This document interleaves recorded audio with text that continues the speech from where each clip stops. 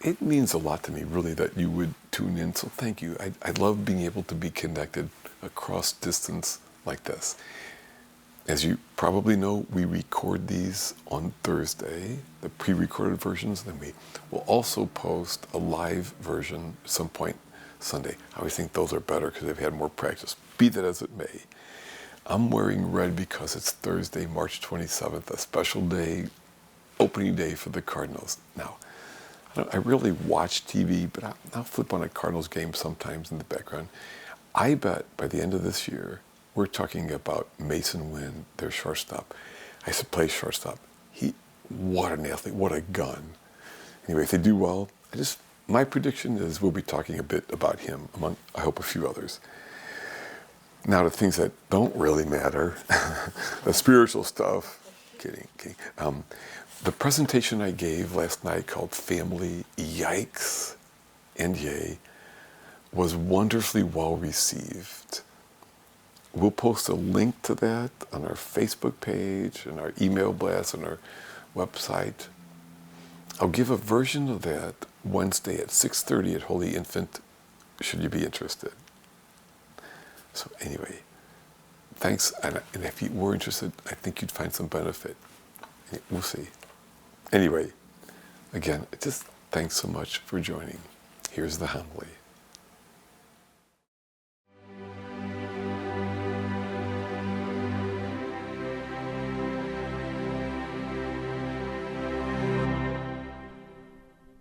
Every 3 years, our scriptures bring us this phenomenal gospel story we'll hear this weekend called The Prodigal Son. What a striking group of characters that Jesus presents. I believe that if we could only know one story in the Bible, and we kind of really knew this story, it would be everything we really needed to know about God, life, the scriptures. As an aside, I've told this to a few of you, but because it makes me laugh, I'll tell you one of my favorite translations of this story. It was told by an 8th grader in religion class when the teacher said, who would tell this story in his or her own words? This one boy raised his hand, and here is his narration. Well, this young guy talks his dad into giving him a whole bunch of money. He ran away, spent that money on wine, women, and song. And he concludes, and then he wasted the other half. Anyway, the prodigal son is not the only character in the story, and each of the 3 main characters gives us a glimpse into several elements about who they were. And all of that brings us to this question. These days, which of those 3 main characters do you find yourself being a bit more like, do you think, right? You know, each time we hear a scripture passage, we are to find ourselves in that scripture somewhere, So I ask again, these days, which of those 3 characters are you more like? Perhaps you feel a bit like the prodigal son these days. Now, because the prodigal son certainly is in each of us. I mean, there is that in us which is at least tempted to be like that, to be selfish, to be small-minded, concerned mostly about our own personal wants and desires, willing even to hurt people we love for the sake of our own self-interest. That's in us. So is this portion of the prodigal son, that moment when he, as the scriptures say, coming to his senses at last.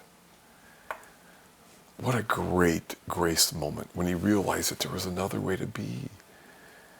He can maybe apologize, try to make amends, make a new beginning. That is in us as well. Or maybe these days, we might realize that we are being a bit more like the elder brother, because he's certainly in us as well. You know, that part of us which thinks we've earned God's love by being so virtuous. It's a very dangerous part of us, because this is the part of us which tends to be arrogant, to look down on others who don't do it the right way like we do, and which gets sometimes jealous of others who receive love, and especially those who don't deserve it like we do, because we do it the right way. The elder brother is in us as well. Now that third character, that amazing and loving Father, he's in us as well. That truly generous, loving goodness is inside of each of us. I mean, what a remarkable man. That Jesus creates for us to see, right? This kid had broken his dad's heart by saying, basically, Dad, the money is more important to me than you are, right? By Jewish law, you don't get your inheritance until your dad is dead. He says, basically, Dad, I wish you were dead. But since you're not, you will be dead to me. So give me the money. It's like spitting in Dad's face. But he has that coming to his senses moment, that there might be a new beginning, that he could maybe be taken on at least as a slave, because he couldn't be a dad's son again. But Jesus tells us that the dad runs out to greet him, and as soon as his son starts to say that he's sorry, his father interrupts him, says, shh, throws his arm around him, and weeps for joy that his son has returned. That kind of love is in us as well. A few things about that. It's not perfectly in us, of course. I know that, for example, from my own heart. Like if that was my kid coming home, some part of me which I would have wanted that sucker to grovel first before I could have that kind of feeling of such great love for him. Not this dad, right? I mean, none of us are completely there. It's in part because of the wounds we received from our own parents and others as we grew up. Because of those parts of us that we've not developed well, from any selfishness or arrogance that we've nurtured. And it's important to know that for our growth as humans, for us to be fully alive, we truly need to be aware of those times we're nurturing that bit of either selfishness or self-righteousness in us. That is our coming to our senses. And today, it's important to celebrate that, that love that we saw in that remarkable dad is also in us from birth and from baptism. The incredible goodness of that Father is in us, the godlike part of our hearts which loves that way. To end, a true story. One evening, this guy has a heart attack, and at the hospital, he asked the nurse to call his daughter.